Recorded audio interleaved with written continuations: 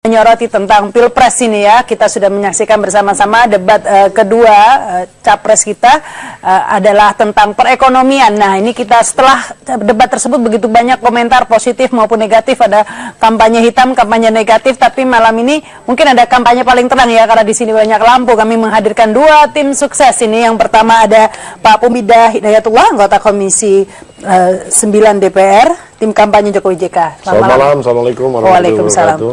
Dari kubu kampanye Prabowo Hatta ada Pak Zulkifli Mansyah, Wakil Ketua Komisi 11 DPR. Assalamualaikum, selamat malam. Selamat malam. Iya, sebelum kita mulai ini kita simak dulu tayangan berikut ini pemirsa. Ya, itu tadi jawaban Capres Jokowi ya terhadap pertanyaan Prabowo. Jawabannya meskipun dengan sedikit terbata-bata tapi kontennya sudah dijelaskan itu ya. Mungkin pendapat Anda bagaimana nih Pak Zulkifli Mansyah? Ya mungkin bukan terbata-bata, tapi memang style Pak Jokowi mungkin begitu ya. Tapi menurut kami bahwa komunitas ASEAN ya, bahkan nanti juga komunitas yang lebih besar adalah niscaya dalam ekonomi yang kita sepakati terbuka.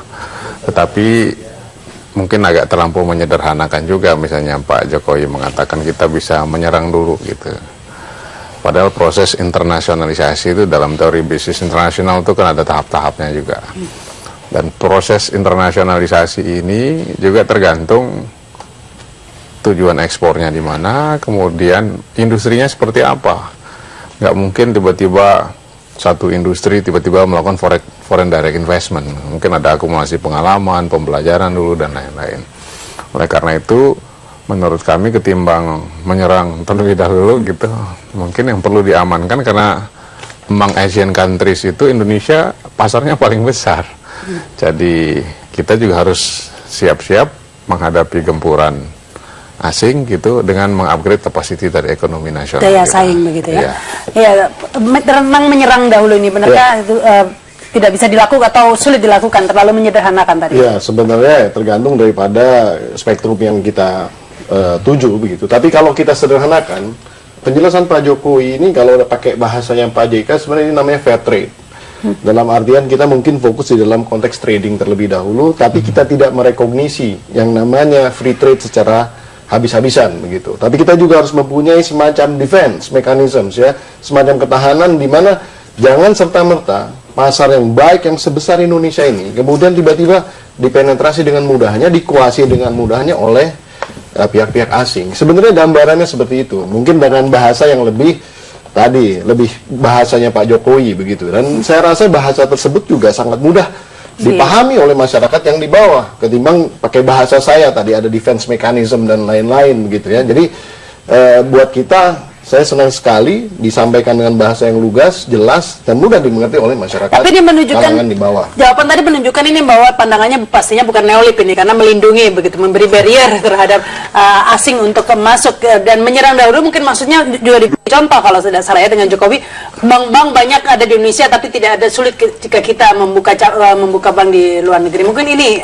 kalau mereka bisa seharusnya kita bisa, kan ada bargaining position secara kita adalah pasar yang luas gitu. Aktivitas dalam bisnis internasional buat Pak Jokowi itu bukan yang baru ya, karena beliau kan eksportir mebel ya. Tapi terus terang, international trade, internasionalisasi aktivitas bisnis nggak sama setiap industri. Mebel sama industri-industri yang lain pola masuknya beda-beda gitu.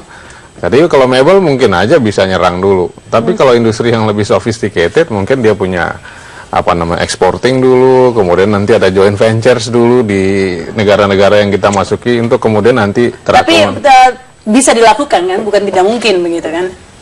Ya tergantung juga industrinya seperti apa, jangan sampai nyerang balik atau kita nggak siap diserang lagi gitu. Oleh karena itu ya kesiapan kita menghadapi Asian Community ini jadi harus diperhitungkan juga gitu. Apalagi tadi contoh persoalan perbankan, memang betul perbankan kita sudah masuk ke pasar domestik sampai pasar-pasar tradisional, Bang Danamon. Nah, kita memang punya kesulitan besar untuk masuk ke dalam pasar mereka. Tidak bisa kita menggunakan bargaining begitu ya, karena kita sebagai pasar. Sudah mulai ada, teman-teman Bank Indonesia sudah melakukan itu, dan saya kira ke depan akan lebih baik lah. Mungkin itu yang dimasukkan Jokowi tadi ya, dengan menyerang terlebih dahulu karena itu. Ya, kalau masalah menyerang lebih dahulu bisa dalam berbagai macam konsep ya. Tidak hanya serta-merta kita berbicara industri saja, tidak serta-merta berbicara masalah produk. Kita bisa mengirim servis juga ke luar negeri. Dalam artian kita bisa katakanlah mengirim guru-guru ataupun dokter-dokter ataupun mungkin perawat-perawat yang memang mampu untuk bisa berkompetisi di dalam komunitas ASEAN ke depan. Tapi di lain pihak juga sebetulnya Pak Jokowi cukup realistis dikarenakan yang akan dimanfaatkan adalah mekanisme kebijakan di mana tadi defense mechanism ataupun untuk menciptakan ketahanan nasional tadi itu dengan menggunakan basis-basis yang sebenarnya akan diprioritaskan lebih dahulu kepada pemain lokal. Kalau kita ingat di pembicaraan sebelumnya, di debat yang sama, Pak Jokowi jelas-jelas menekankan bahwa untuk pasar lokal ini harus diberikan kepada pribumi-pribumi yang kemudian bisa. Caranya bagaimana? Nah, kebijakan-kebijakan dalam berupa izin dan lain-lain. Nah, yang ini bedanya apa? Nah, kalau yang asing yang masuk ya oke, kita perketat. Dalam artian bukan berarti tidak boleh, tapi silakan masuk dengan pengetatan pengelolaan dan syarat-syarat yang kita buat supaya fair begitu ke depan. Baik, kita akan lanjutkan lagi, sudah akan bergabung juga nanti ya, sudah ada di studio, nanti akan bergabung juga Arief Budimanta dan juga Ferry Yulianto. Sesaat lagi pemirsa setelah pesan-pesan berikut ini.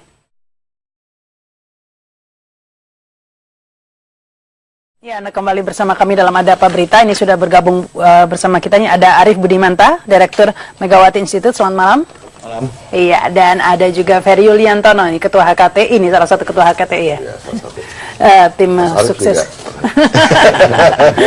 Kampanye ini kalau yang pasti ini tim Prabowo Hatta, tim Jokowi. Tapi saya mungkin ke Pak ini Ferry Yuliantono dan juga Pak Zulkifli Mansyah ya tentang jawaban Pak Prabowo berapa kali mengulang-ulang tentang kebocoran ini yang kita tangkap ya, tentang kebocoran anggaran begitu, salah satu visi perekonomian. Nah, ini kan sama saja dengan mengkritisi cawapresnya sendiri karena kebocoran katanya sampai ada fantastis angkanya 7.000 triliun, 1.000 triliun.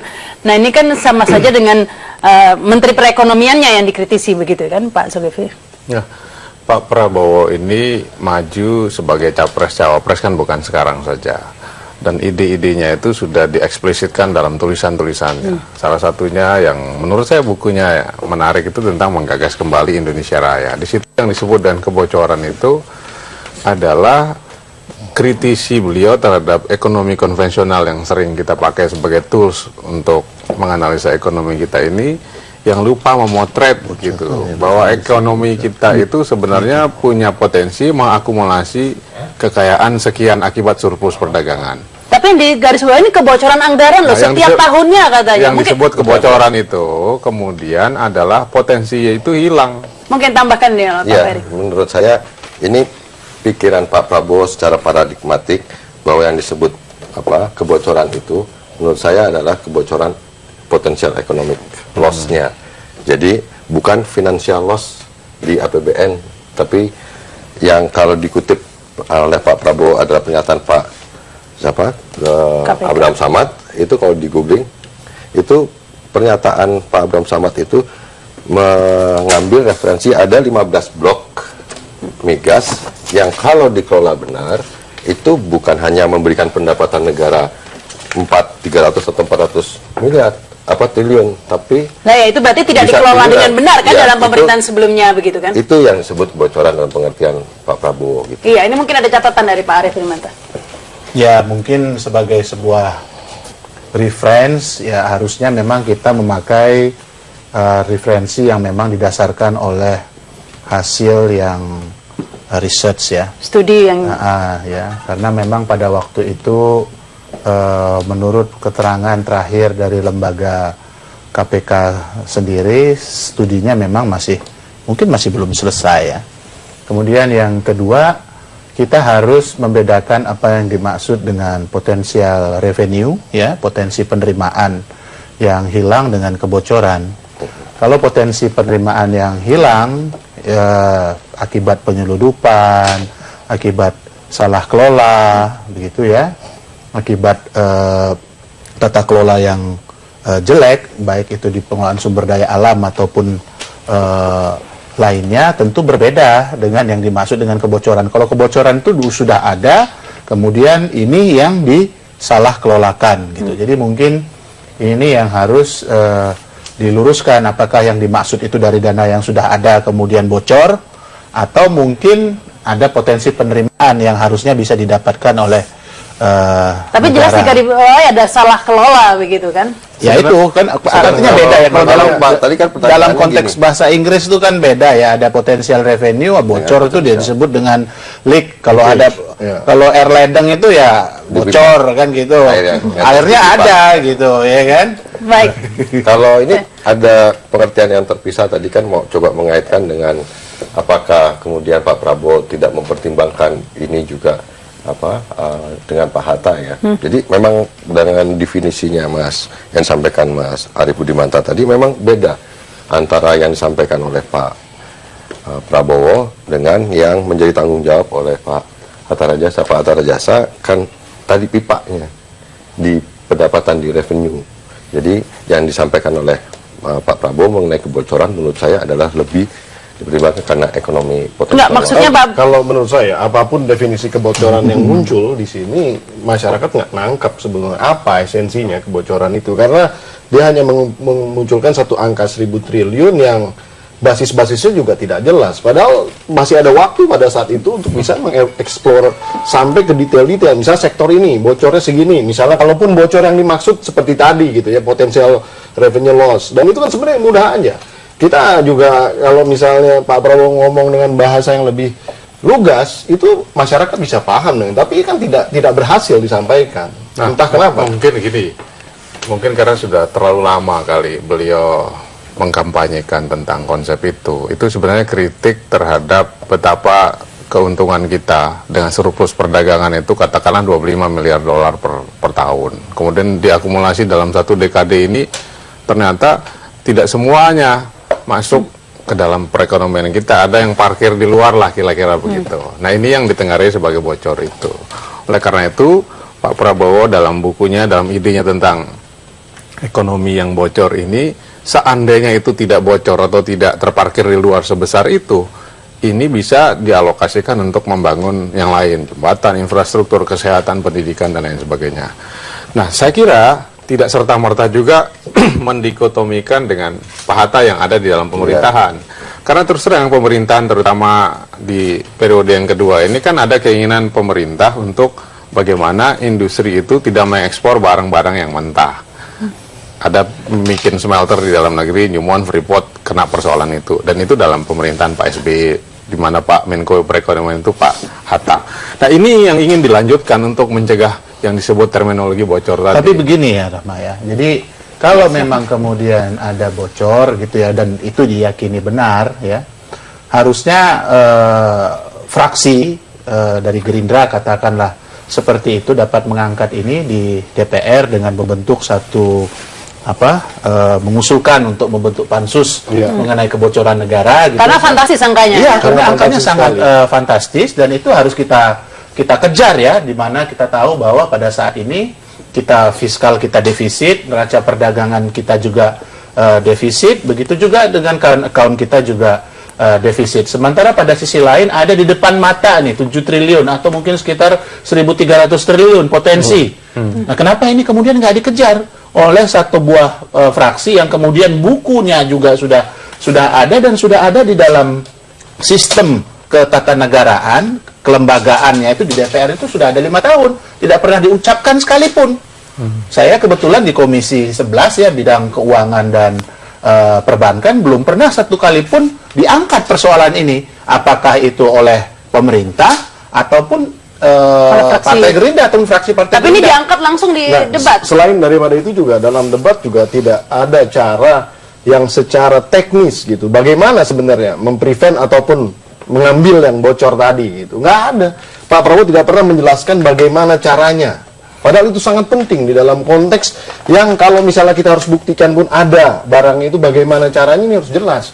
Kalau minta maaf, kalau Pak Jokowi semuanya real, teknis, tahapan-tahapannya, dan dibuktikan bukti-buktinya berdasarkan pengalaman. Dan sebentar ya, kalau memang benar itu ada, pasti kita semua fraksi ikut membantu untuk mencari. Karena ini berkaitan dengan memang potensi yang harus dapat kita lakukan untuk belanja negara, untuk mempercepat proses kemakmuran rakyat. Ya, silakan. Arief Budimanta sebagai partai tanda kutip oposisi di parlemen, apakah memang tidak menemukan adanya kebocoran yang dipandang oleh Pak Prabowo secara paradigmatik dalam periode yang lalu? Kenapa masalah ini juga tidak disampaikan oleh Karena kebocoran ini kita sudah menjadi rahasia umum begitu kan maksudnya? Enggak, kalau saya begini, menjawab pertanyaan Pak Pompida itu, terus bagaimana, kenapa nggak dielaborasi dalam debat? Sebenarnya ada juga, walaupun tidak secara langsung. Konsep Waktunya masih panjang pada saat itu. konsep tentang meningkatkan daya saing untuk menambah nilai tambah itu sebenarnya cara mengantisipasi itu. Nah, oleh karena itu apa yang dilakukan oleh pemerintah sekarang itu dan akan diteruskan kalau Pak Prabowo Tani memerintah itu sudah tepat menurut saya. Dan termasuk menjawab pertanyaan Mas Arief secara tidak langsung ya sudah dilakukan. Ketika digesa misalnya smelter itu harus dibangun, itu sebenarnya ingin memberikan nilai tambah supaya yang keluar parkir di luar negeri itu tidak begitu banyak itu terjadi. Gitu. Memang tidak. Ya, silakan. Soal kan tadi disampaikan Mas Pompida tadi soal kalau Pak Jokowi itu kan teknis. Gini, beda antara cara berpikir sistematis dengan sistem hardware. Yang disampaikan Pak Jokowi itu hardware. Kartu itu simbol untuk mengaitkan problem terhadap kepada sistem. Benar, tapi itu kan juga bukan itu jawabannya. Tapi yang disampaikan Pak Prabowo adalah cara berpikir sistematis, visioner. Dan memang kompleksitasnya kan besar. Jadi nggak bisa. Nah, kartu mungkin sekarang cocok, tapi 2 tahun 3 tahun lagi mungkin hardware-nya nggak itu. Jadi ini cara berpikir sistematis dengan sistem hardware. Ini sama-sama sistem loh. Rasanya Sistemik itu sangat-sangat picik ya kalau melihat hanya kartunya saja. Karena kartu itu di belakangnya juga ada sistem. Bagaimana mencetak kartu, data ada di dalam kartu, kemudian pendukung-pendukung perangkatnya semua sistem. Ada aturannya. Jadi nggak mungkin Pak Jokowi cuma bicara masalah kartu ini dibagikan begitu aja, terlalu picik kalau menurut tapi juga itu. Tidak mungkin kita tidak bisa menjelaskan soal bahwa memang ada manfaatnya kartu sebagai hardware yang sekarang relevan. Kita akan bagi sebagian masyarakat itu sesuatu yang terlihat itu sangat penting bagi sebagian masyarakat. Untuk melihat yang konkretnya mungkin ya. Tapi kita tadi itu hardware. hadir ya. Baik, kita akan soroti lagi nanti ini dari kubu Jokowi ini bagaimana pidato atau debat dari jawaban dari kubu Jokowi setelah pesan-pesan berikut ini. Kembali bersama kami dalam Hadap Berita. Kita lanjutkan ini, saya ke kubu Jokowi JK. Kita menyoroti jawaban-jawaban dari Jokowi JK yang banyak dikritisi juga. Dikatakan ini terlalu lokal begitu ya, level pilkada katanya, tidak seharusnya kurang untuk nasional karena lebih tadi itu dengan kartu-kartunya dan lebih teknis begitu. Mungkin ini langsung dikomentar. Nih saya dulu nih ya, karena ini jadi satu pertanyaan mengenai TPID. Ini kan banyak komen-komen yang menurut saya orang yang tidak berkompeten ikut komen gitu. Ini yang membuat jadi kacau. Sekarang suasananya itu kan mau Ramadan. Kemudian setelah Ramadan itu ada Idul Fitri. Dalam waktu yang bersamaan tuh ada anak-anak masuk sekolah. Nah, biasanya dalam momen-momen seperti ini harga-harga kan naik. Harga-harga naik itu disebut juga dengan inflasi gitu ya, dalam istilah ekonominya gitu. Dan inflasi itu merupakan bagian daripada sebuah perencanaan ekonomi. Itu disampaikan oleh Presiden setiap tanggal 16 Agustus, disiarkan secara langsung, didengarkan oleh rakyat, disampaikan ke dalam ke DPR, ya. Acaranya acara kenegaraan. Di situ disampaikan berapa pertumbuhan ekonomi perkiraannya dan berapa inflasi yang bisa dikelola oleh pemerintah. Jadi kalau kemudian ada pertanyaan mengenai inflasi dan lembaga-lembaga pengelolaan inflasi itu tidak diketahui oleh seorang calon presiden, berarti ya sama saja bisa diartikan tidak setuju dengan apa yang disebut dengan jalan kemakmuran rakyat. Dan mereka yang tidak sepakat mengatakan bahwa inflasi itu adalah persoalan penting, itu persoalan mikro, itu sama saja memang tidak memahami apa yang disebut dengan fiscal policy, tidak memahami juga apa yang disebut dengan pasal 23 Undang-Undang Dasar 1945 yang mengatakan bahwa APBN itu dipergunakan untuk sebesar-besarnya kemakmuran rakyat dan dilaksanakan secara bertanggung jawab. Baik, ini kalau saya ini gini, Pak Jokowi ini orangnya yang saya tahu orangnya gitulah, polos. Tapi kemarin tuh jelas ada titipan pertanyaan singkatan itu ditujukan ke Pak Prabowo. Dan menurut saya ini membuat pandangan kita terhadap Pak Jokowi kok jadi gitu ya kan, sementara kita nggak pernah nanya. Sepatutnya apapun itu singkatan itu sebaiknya memang dijelaskan dalam kata-kata yang lengkap. Jadi bisa aja kan semua orang kan tidak semua orang ngerti. Tapi menurut saya tuh Tapi capres harus mengerti, kata Pak Arief tadi. enggak, menurut saya curang. Menurut saya itu curang. Menurut saya curang. Titipan jelas tuh. Kalau saya Silakan, bisa Silky dulu. respon sedikit. Kalau memang niatnya seperti yang dikemukakan oleh Dr. Iya. Arief Budimanta yang saya cintai itu niatnya begitu bagus sekali. Ya, bahwa memang inflasi, bahar Hanoi itu indah betul. Tetapi kan kita juga berpolitik ini bukan kemarin juga gitu. Sejak zaman kampus Iya, kita iya. udah bisa jadi ketua senat, debatnya gitu-gitu juga. Sama-sama. Dan kalau kita lihat cara misalnya Pak Prabowo sebelum mempertanyakan sesuatu itu kan mengelaborasi dulu supaya ada pemahaman yang sama sehingga nanti ada pendalaman gagasan supaya ada pengayaan kita semua. Tiba-tiba sekonyong-konyong datang dengan TPID gitu kan orang juga menohok. Tanpa ada elaborasi begitu ya. Ini jebakan Nah, saya Batman ya. kira Saya- kalau tidak dalam kalau penjelasan kalau Seorang penjelasannya Jokowi itu memahami dalam konteks tata negara kita tidak ada absolute power gitu, bahwa basis-basis kekuasaan itu ada di pusat, ada di level daerah pun ada. Cuma Nah ini yang sebenarnya itu loh. sebenarnya ingin dielaborasi. Paham nggak seorang Prabowo itu di dalam konteks memahami masalah-masalah mikro yang ada di daerah? Itu sebenarnya. Ya, maksud saya Kalau kemudian dia tidak paham, ini akan sulit maksudnya sebenarnya sengaja merealisasikan nggak sih visi misi singkatan-singkatan yang itu? besar itu di dalam konteks real yang membumi, karena itu penting sekali. Ya kan, nggak Singkatan itu bagian daripada Saya rasa sesuatu hal. nggak- Bu, itu bukan tidak ada sesuatu hal unsur yang curang. kesengajaan ya, karena ini adalah sebuah program rutin ya dari pemerintah. Itu kan tiap tahun tuh ada namanya rapat koordinasi tim pengendali inflasi. Dan kita tahu bahwa salah satu concern ya dari pemerintahan yang ada sekarang, yang dimana kemudian di situ juga ada Pak Menko Perekonomiannya Pak Hatta adalah mengendalikan inflasi, dan dia terlibat di situ gitu. Jadi kalau menurut pandangan kami, karena ini sudah menjadi program rutin pemerintah dan inflasi itu sering disebutkan di mana-mana, tidak ada keanehan. Seperti halnya kemudahan bagi kita untuk memahami yang disebut dengan DAU dan DAP. DAU itu dana alokasi umum, itu dana alokasi Kan Pak khusus. Prabowo tahu Nah, itu itu. kan persoalan dana kita bisa pahami, tapi begitu mungkin lebih persoalan baik untuk dielaborasi ya, mengendalikan agar inflasi, pemirsa itu juga memahami kemudian, begitu kan? Ya kan Iya. kemudian dijelaskan Contohnya oleh Pak Joko Widodo ketika ditanya bahwa ini adalah tim pengendali inflasi Iya, kan, begitu, daerah kan begitu kan Ya, dijelaskan. ini mungkin sengaja, mungkin tidak begitu Pak Sengaja Zulkifli. lah, Pak. Ya, tapi kok dilalah begitu kan ya.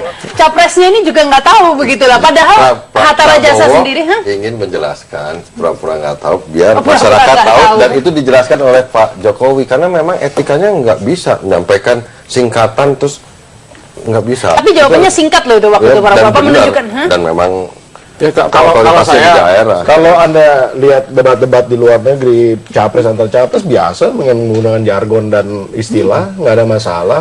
Kalau mereka tidak tahu, Singkatan. minta klarifikasi, nggak ada masalah Iya, kan juga. kemarin Sebetulnya juga. apa yang terjadi? Tidak ada masalah sebenarnya yang kemarin. Itu istilah umum itu. Yang paling penting ini sekarang pertanyaan sudah keluar dan sekarang masyarakat tahu mana posisi di mana dan bagaimana. Biar masyarakat yang menilai. Dan Padahal itu Ya, pertanyaan yang sangat penting ya dalam kerangka untuk menjaga daya beli masyarakat, untuk menyambut Ramadan dan Idul Fitri dengan penuh kegembiraan, bagaimana supaya kemudian kita kendalikan Seandainya harga-harga. Jokowi tidak juga naik, menyampaikan tidak- seperti Pak Arief tidak tadi, akan terlalu belok baik. pastinya Wah, ya. ini kan- Cocok. ini kan Cocok. pertanyaan yang di Waktunya berbeda. Kita lebih banyak waktunya. Tadi Iya. hari kemarin cuma ada 4 menit. Iya. Ya silakan Pak ini Zulkifli. kan strategi masing-masing kandidat untuk merebut hati rakyat ya. Dan saya kira jawaban spontan dari Pak Prabowo bahwa tidak semua singkatan dia paham itu menurut saya refleksi kejujuran yang datang dari dalam hatinya juga. Jangan sampai karena ingin jadi presiden seolah-olah Iya. mengetahui semua hal gitu. Baik. Dan saya kira indah gagasan itu misalnya oke, sekarang mau Ramadan.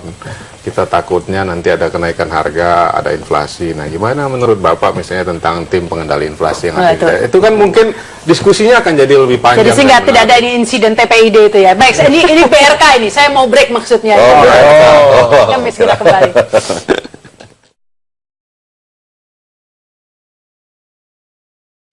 Anda kembali bersama kami dalam Ada Apa Berita. Di segmen ini diberi kesempatan untuk saling tanya ya. Kami beri kesempatan dulu nih kubu Jokowi JK bertanya ke kubu Prabowo Hatta. Tapi kalau bisa Ya. jangan ada singkatan-singkatannya. Ada yang tidak menguasai singkatan Nggak barangkali. perlu ya. pakai singkatan. Ini masalah ekonominya sebenarnya basisnya kebocoran, dan sekedar kebocoran sudah didapat, ditarik begitu kan, kemudian bisa dimanfaatkan kesejahteraan. Tapi dalam konteks membangun kesejahteraan juga masih ngambang ya gitu ya. Nah sekarang saya ingin sebenarnya mempertanyakan ya, kan Pak Prabowo menanyakan masalah pendidikan yang 12 tahun wajib belajar begitu. Nah sebenarnya di programnya Pak Prabowo sendiri ada nggak pada belajar 12 tahun atau mungkin lebih lagi, dan bagaimana cara mengimplementasikannya, itu yang saya ingin tahu. Silakan. Ferry dulu deh, Ferry. Kalau dari kalau persoalan sumbernya sudah didapat, menurut saya anggaran untuk pendidikan yang wajib itu bahkan menurut saya bisa lebih dari itu, menurut saya. Dan yang menjadi penting adalah sekarang kalau lebih dari 20% maksudnya apa bagaimana? Bisa lah, harus lebih. Harus lebih. Kalau sumbernya sudah didapatkan, menurut saya alokasinya tinggal. Kalau menurut Jokowi bukan anggarannya ini, sekarang pertanyaan saya kan, kita mempunyai program yang 12 tahun wajib belajar itu. Nah, di sana berapa tahun? Apakah masih sama seperti sekarang? Harus lebih lah. Harus lebih. Lebih. Berapa tahun jadi tinggal disesuaikan dengan sumber keuangannya, sumber pendapatan. Berapa tahun? Itu kalau sudah dapat kebocorannya. Kalau belum dapat gimana? Sesuai dengan undang-undang aja. Tapi kalau di kubu Jokowi, Jokowi mengatakan masalahnya bukan di anggaran, kadang-kadang ini penyerapannya, makanya perlu kartu pintar seperti itu kan. Nah ini bagaimana kartu pintar? Kalau saya menjawab pertanyaan ini mendasar soalnya, bagaimana mewujudkan kesejahteraan. Dan jawaban dari Pak Prabowo dan Pak Hatta ini menurut saya indah ya. Bagaimana mewujudkan industri yang punya daya saing dengan nilai yang tinggi. Jadi kita satu saat nanti itu ngirim orang juga, orang seperti Pak Pumpida ini, doktor teknologi yang berkecimpung di dunia politik nih. Karena tidak mungkin ekonomi ini mandiri. Saya kira Pak Jokowi datang dengan konsep ekonomi berdikari, Pak Prabowo datang dengan ekonomi mandiri, yang tujuannya sebenarnya mengelaborasi ide Bung Karno sebenarnya. Trisakti itu indah sekali. Oleh karena itu daya saing industri itu jadi keharusan, keniscayaan. Oleh karena itu bagaimana mengelola bahan mentah di dalam negeri untuk punya nilai tambah yang tinggi, saya kira eksternalitasnya luar biasa. Eksternalitas itu nanti akan ada sektor formal yang tercipta. Kalau sudah sektor formal ini, implikasi sosial, ekonomi, kesehatan, pendidikannya luar biasa. Baik, silakan ya Pak Heri. Tapi Canggih pernah menyampaikan bahwa yang terpenting adalah mendiagnosis persoalan secara benar.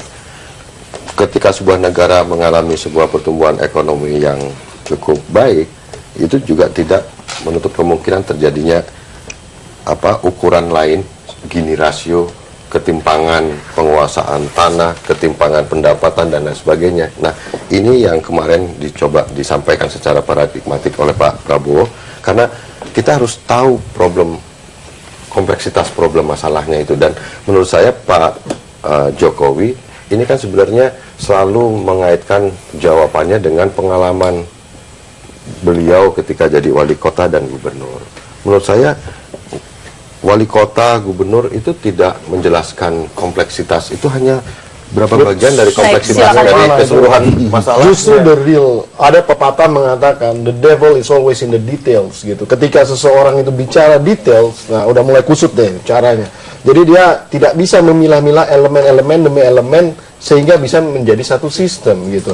Jokowi ini sudah berhasil dalam konteks yang lebih kecil, kemudian besaran sedikit, dan insya Allah ke level nasional dia akan berhasil juga karena dia memahami di dalam basis yang orang kadang tidak mau masuk ke dalam itu. Dan ini yang paling penting. This country doesn't need a leader, this country needs a manager. Kalau kamu mau tahu, karena persoalannya begini, SBY ini kurang apa jadi leader sekarang? Leader dia, tapi tidak di manage country ini. Nah, itu yang paling penting sebenarnya. Dan manajer harus tahu sampai detail. Jadi bukan pilpres, piljer. Baik, silakan. Manajer. Jadi begini ya, bangsa-bangsa yang bisa melakukan lompatan menuju kemajuan yang cepat, semuanya itu dimulai dengan reformasi di bidang pendidikan. Kita lihat misalnya Jepang, Korea, itu pada Korea aja misalnya kita ambil sebagai contoh, Korea Selatan dalam hal ini, pada tahun 60-an itu tidak begitu jauh sama kita PDB per kapitanya. Jepang juga pada tahun 55 pendapatan per kapitanya, PDB per kapitanya juga nggak begitu jauh dengan kita. Tapi kenapa mereka bisa melakukan sebuah lompatan yang jauh ke depan? Karena memang pertama melakukan penguatan di pendidikan. Selain pendidikan, ada penguatan di karakter yang disebut dengan Pak Jokowi itu dengan revolusi mental, etos kerja keras, kemudian ketekunan. Ya kan, ketekunan dalam bekerja itu dalam setiap waktu akan menimbulkan yang disebut dengan inovasi. Ya, dia berpikir, terus dia tekun, menekuni satu bidang, kemudian dia otak-atik, kemudian ketemu inovasi-inovasi baru. Dan kita lihat bagaimana Korea bisa maju karena persoalan inovasi dan kreativitas. Mungkin ada pertanyaan lagi nih untuk Sama-sama menjual TV, ya, Jepang dan Korea, tapi kenapa secara volume Korea bisa lebih banyak? Dulu HP banyak buatan Makanya Jepang. HP-nya apa ini? Sekarang HP semuanya buatan Korea. Ini karena hanya persoalan inovasi ini dan mungkin ada kreativitas. pertanyaan lagi? Nah, itu ya. Jadi pendidikan itu menjadi modal penting untuk kita maju sebagai bangsa yang memiliki daya saing tinggi. Nah, pertanyaannya juga dari harusnya gantian dong. Kita kan udah nanya sekarang dari sono. Enggak, ini segmen berikutnya. Oke, ya udah. Tapi sebenarnya tadi itu pertanyaan Pembida itu udah dijawab deh oleh Mas Arief sendiri. Ya kita memang Karena udah tahu jawabannya Iya. dan nggak ada konsep di sana. Baik, mungkin kalau tidak ada pertanyaan kita bisa break ini. Oke. Kita mau nanya, ya. Kita tahu bahwa Indonesia ini, Pak SBY itu punya komitmen di Pittsburgh untuk menurunkan emisi gas rumah kaca menjadi setengahnya pada tahun 2020.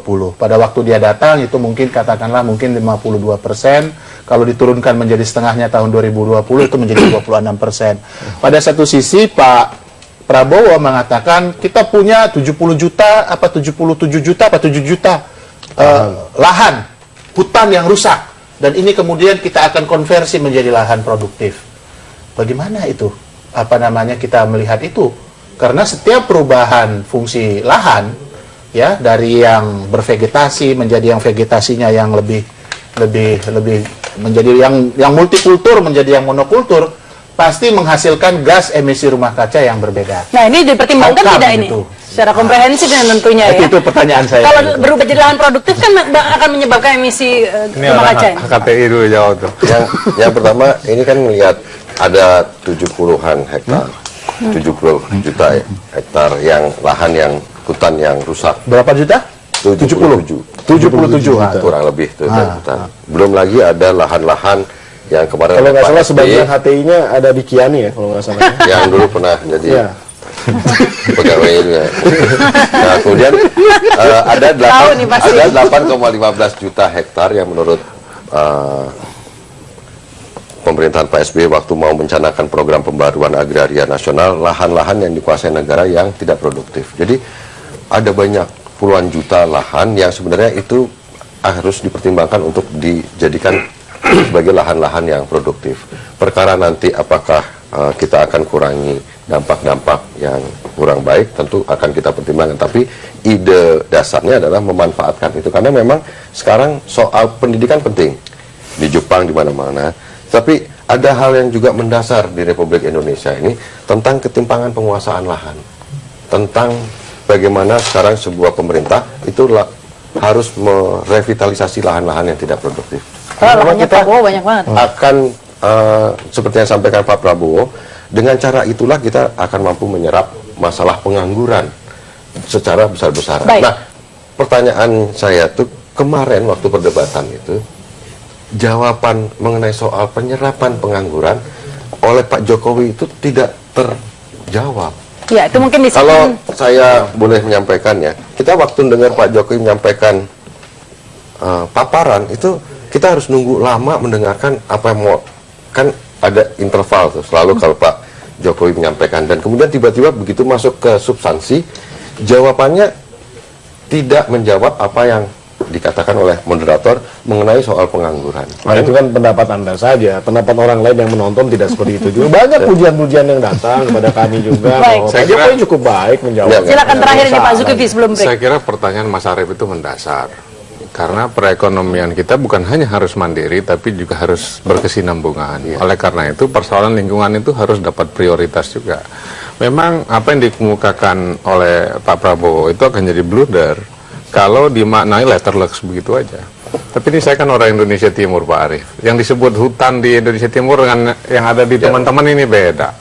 Nah, kadang-kadang yang kami sebut hutan itu memang kadang-kadang pohonnya juga sedikit gitu. Oleh karena itu kalau dioptimalkan menjadi lahan pertanian, kemudian produktivitasnya bisa ditingkatkan, mampu menyerap tenaga kerja dan lain sebagainya, ya mungkin akan lebih baik. Artinya Tapi saya tetap kira mempertimbangkan faktor lingkungan ya. harus. Tapi oleh karena itu saya kira ini memang butuh penjelasan, butuh elaborasi memang. Nggak, artinya kan begini, kita punya hutan itu kan 120 juta ya kurang lebih, terus 77 juta dikonversi tinggal 4 berapa? Yang rusak, ya. Yang Persen itu saja. kan yang rencananya mau dikonversi semua kalau saya dengar begitu, tapi saya rasa mungkin kalau di dokumennya sih mungkin tidak seperti itu. Yang saya baca justru sebagian besar ingin direhabilitasi. Pasti. Nah, kan, Dan poin bahwa sektor pertanian itu akan menyerap tenaga kerja dengan besar, itu juga analisa yang agak kurang tepat. Dikarenakan dengan kondisi masyarakat yang maju seperti sekarang, kadang-kadang mereka juga nggak mau masuk ke dalam sektor itu. Artinya apa? Pembukaan sektor pertanian mungkin bisa menyerap tenaga kerja, tetapi berbeda percepatannya kalau misalnya dibandingkan dengan level industri yang berbasis padat karya. Bisa juga dalam konteks pertanian. Seperti itu. Ini dia ngomong dengan ekonom aja. Memang di dalam teori ekonomi itu memang ada namanya productivity of labor di sektor pertanian itu makin lama makin turun. Kan kemarin Pak Prabowo itu mengatakan prioritas. Nah, kan kita ada daya saing industri dengan nilai tambah yang tinggi. Pertama pertanian. Nah, setelah itu ketika sudah jenuh mungkin akan sendirinya ke sektor industri. Tapi kembali ke pertanyaan ini memang tidak terjawab ya. Persoalannya nanti dunia internasional kita kalau misalnya kita tidak. Baik, kita harus break dulu ini. Kita akan bahas lagi. Gitu. Kita segera kembali misalnya setelah sama-sama berikut ini. Anda kembali bersama kami dalam Ada Apa Berita. Kini giliran kubu Prabowo Hatta ini untuk mengajukan pertanyaan ke kubu Jokowi JK. Iya, saya tanya. Kami nanya yang gampang-gampang deh. Gak ada singkatannya, Mas. Enggak, apalagi kedua orang terhormat ini kan punya background teknologi juga. Dan saya kira tidak mungkin ekonomi itu berdikari mandiri tanpa inovasi teknologi. Ini dokter teknologi nih Pak Pumpida nih. Nah sekarang sebenarnya yang ingin dibangun tuh teknologi seperti apa? Ini perlu juga buat bangsa kita karena ini topik yang hampir 10 tahun hilang dari peredaran. Teknologi seperti apa yang akan dilakukan oleh tim Pak Jokowi dan JK ini kalau menang nanti, apa seperti sekarang gitu. Kemudian pilihan industrinya seperti apa? Karena bagaimanapun agent of technological innovation itu di sektor industri bukan di Research Institute. Nah sebagai dua-duanya ini orang yang paham ekonomi tapi backgroundnya teknologi mengerti juga, kira-kira seperti apa? Baik silakan ini. Oke. Dalam konteks teknologi itu sebetulnya kita harus sadar ya bahwa APBN kita di dalam konteks ristek itu masih sekitar maksimal itu cuma 1% dari total APBN yang benar-benar mengarah kepada basis-basis teknologi tinggi. Nah ini harusnya ada revisi karena kalau logikanya tidak ada bangsa yang besar, tidak ada bangsa yang maju, yang kuat tanpa ada dukungan backup riset dan teknologi yang mapan begitu. Dan kalau kita lihat sebenarnya banyak orang-orang Indonesia potensi sudah ada ya. Di program Pak Habibie saja yang dulu dikirim, saya dengan teman-teman itu alumni program Pak Habibie itu ada sekitar 4.000 orang yang belum diberdayakan sebenarnya. Jadi mereka punya greatest mind. Nah tinggal ini kalau mau Pak Jokowi bisa kita dukung 100% di dalam konteks membangun teknologi ke depan. Ya kita mau buat apa ya boleh. Mau buat pesawat, nuklir, apa you name it. Tapi fokus saran saya kepada Pak Jokowi, Pak JK tempo hari, kita masuk ke dalam sektor energi terlebih dahulu. Basis-basis sektor energi terbarukan itu harus kita garap dengan baik. Karena apa? Kita 15 tahun kemudian sudah terjadi short daripada supply energi kita ke depan. Nah ini harusnya, jangankan 15 tahun, sebenarnya tahun depan itu akan terjadi biarpet sebenarnya kalau kita mau realistis.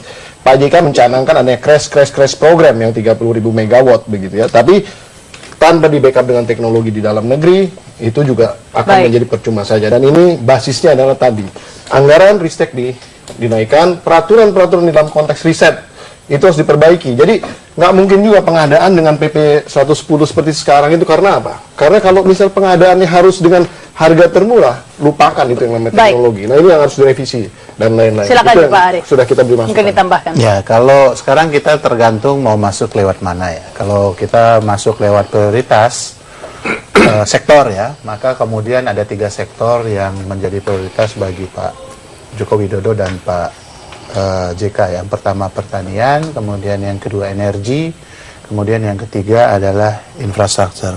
Saya rasa apa yang dikatakan oleh Pumpida tadi, salah satu masalah kita adalah masalah energi. Dan appropriate technology menurut saya adalah satu hal penting yang memang harus kita kembangkan untuk menjawab ya shortage kita di dalam bidang energi, khususnya misalnya pembangkit listrik gitu. Tidak bisa misalnya seluruh persoalan elektrifikasi di Indonesia ini diselesaikan secara totally dengan central system. Baik. Dia harus diversified, berbasis dengan sumber daya lokal yang dimiliki oleh masing-masing daerah. Jadi kalau Baik. misalnya di daerah tersebut ada air, ada matahari, kemudian ada biomass, gitu. Disitulah dikembangkan. Baik. Dan di situ Ini- teknologi penting. Iya. Masuk di situ teknologi. Begitu juga pertanian. respon Saya rasa sih Iya, begitu. silakan nih Pak Zulkifli. Ya, saya kebetulan periode sebelumnya itu di DPR itu Komisi 7. Mitra kerjanya itu Kementerian Energi, SDM, sama Ristek.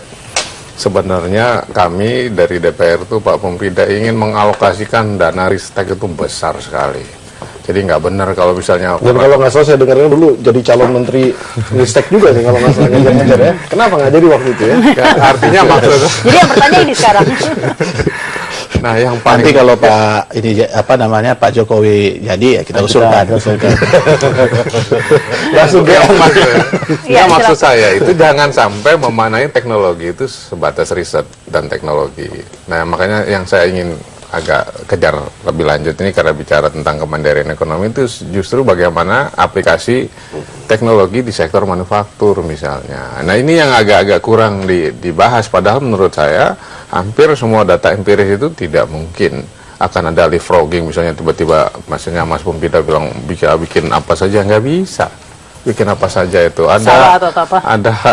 ada taksonominya. Begini, di dalam konteks engineering yang saya paham itu namanya reverse engineering, ada juga kita bisa ngambil partially ya. Dulu Pak Habibie juga tidak membangun pesawat dari langsung nol semuanya dibangun. Kita juga berpartnership dengan yang namanya CASA dari Spanyol, bangun namanya CN235 dan itu pesawat sangat bagus sekali. Sama N250 pun sebenarnya bagian daripada pengembangan di CN235 yang ada. Jadi tidak serta-merta kita nggak bisa bangun apa-apa. Karena kita masih bisa bekerja sama Baik, mungkin dengan tambahkan yang lagi, lain. ada yang mau ditambahkan atau Ya, jadi memang merespon apa yang disampaikan oleh Zul tadi ya. Kan di dalam penyampaian Pak Joko Widodo pada waktu itu kita akan mengembangkan satu pertanian beserta dengan ekonomi maritim beserta dengan industri ikutannya. Nah, di situ sebenarnya pintu masuk.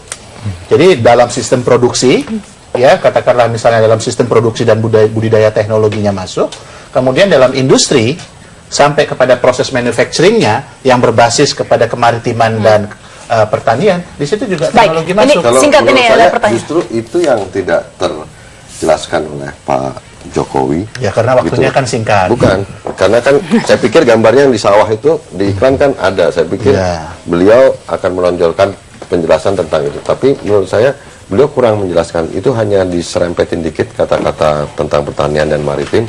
Tapi sebenarnya kalau menjawab soal visi sebagai seorang calon kepala negara, menurut saya itu tidak terelaborasi. Ini mau nanya apa mau Ya, silakan mau bertanya silakan, tadi ada pertanyaan. nanya ke kami? Kita siap jawab kok, tenang aja.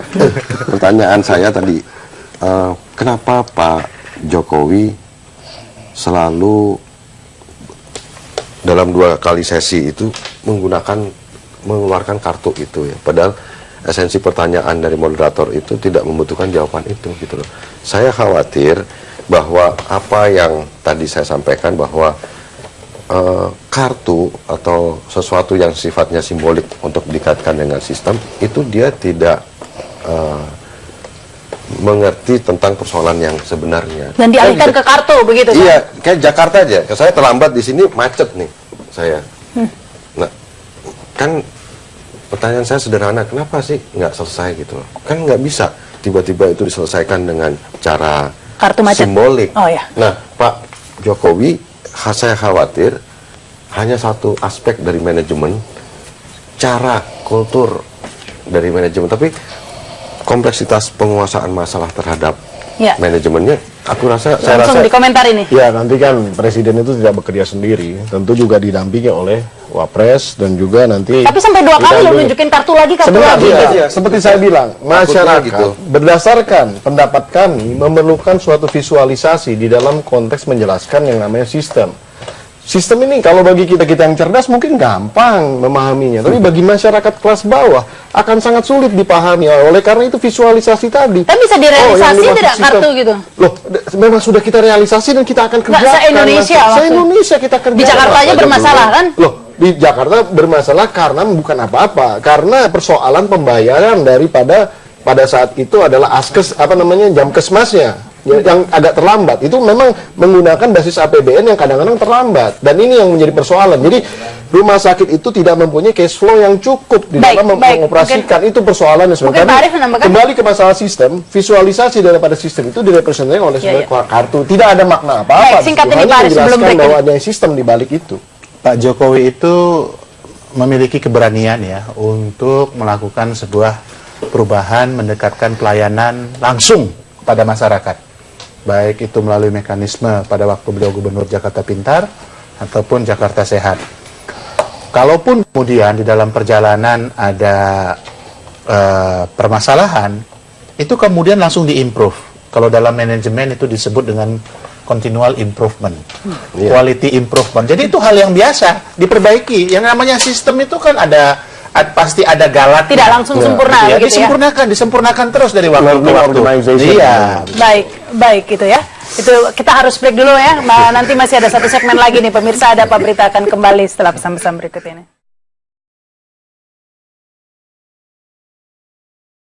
Anda kembali bersama kami dalam Ada Apa Berita. Ini sudah di ujung acara. Langsung closing statement nih, 1 menit. Silakan. Silakan Pak. Waduh. Ya, pada masyarakat kita sudah 2 kali melihat debat calon presiden dan termasuk calon wakil presiden. Kita bisa melihat apakah calon presiden yang satu dan yang lainnya itu mampu menjelaskan problematika dan persoalan-persoalan mendasar yang harus dihadapi oleh seorang pemimpin, dan kemudian dia berusaha untuk mengarahkan kekuasaannya nanti ketika mendapatkan amanah untuk memecahkan masalah-masalah yang sangat kompleks di negara ini. Pak Prabowo Subianto dan Pak Hatta Rajasa menyampaikan secara paradigmatik visi misinya dan kemudian mencoba untuk menurunkan visi misi yang paradigmatik tersebut ke dalam sebuah program-program yang sangat rinci dan lugas dan lebih mampu dipertanggungjawabkan.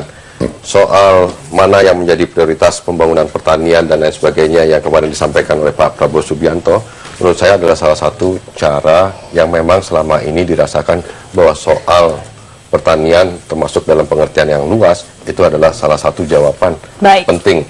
Dan yang lain adalah bahwa dalam soal proses pengambilan keputusan seorang pemimpin, ada baiknya memang masyarakat sekarang bisa memilih seseorang yang bisa langsung mengambil keputusan sebagai seorang kepala negara dibandingkan seseorang yang dia harus memerlukan sebuah proses dulu, meskipun dia harus tunduk kepada konstitusi dan rakyat, tetapi di dalam mekanisme bahwa dia juga harus mengerti posisinya, ada hal-hal yang perlu dikonsultasikan terlebih dahulu. Ini muter-muter tapi arahnya udah jelas. Bukan muter-muter, tapi ini penting karena sebagai seorang calon presiden, rakyat membutuhkan jawaban-jawaban yang lugas dan cepat. Nah, ini harus diingatkan. Emang ada yang nggak lugas, nggak cepat ya? Ya enggak, kalau jadi gubernur cepat, tapi begitu jadi presiden dia enggak. Nah, ini juga jadi problem. Salah dong, kan Pak JK dulu jadi wapres juga lebih cepat lebih baik. Nah, ya, tinggal didorong. Kombinasi yang sangat cantik itu sekali. Silakan Pak. Baik, silakan. Pak Jokowi adalah seorang sosok yang memahami permasalahan-permasalahan dari A sampai Z dengan level-level detail yang sangat-sangat terinci, dan ini adalah figur-figur pemimpin yang memang dibutuhkan oleh bangsa ini, dikarenakan banyaknya persoalan yang kalau hanya dilihat dari permukaan saja dan kemudian dicoba-coba menyelesaikannya itu nggak akan beres-beres, dan kita memerlukan orang yang bisa bekerja 24 jam kapanpun juga, yang siap bersama rakyat untuk menyelesaikan masalah-masalah kebangsaan yang ada, dan saya yakin Jokowi adalah solusi bagi bangsa Indonesia ke depan. Baik, silakan nih Pak Arya.